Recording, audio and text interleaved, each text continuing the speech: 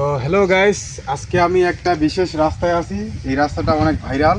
তো দেখুন কি সুন্দর ওয়েদার চতুর্দিকে, আর রাস্তার দুই সাইডে কিন্তু সবুজ সবুজ গাছ আছে। আপনারা যদি এই রাস্তাটা চিনে থাকেন তাহলে আসবেন, এখানে ভিডিও করবেন, ঘুরতে আসবেন। কি সুন্দর একটা জায়গা। আর এই লোকেশনটা দিয়ে দিচ্ছি আমি।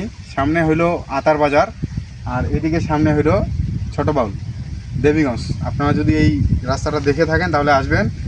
আর তুমি একটু এইদিকে ভিউটা দেখাও, কত সুন্দর একটা ভিউ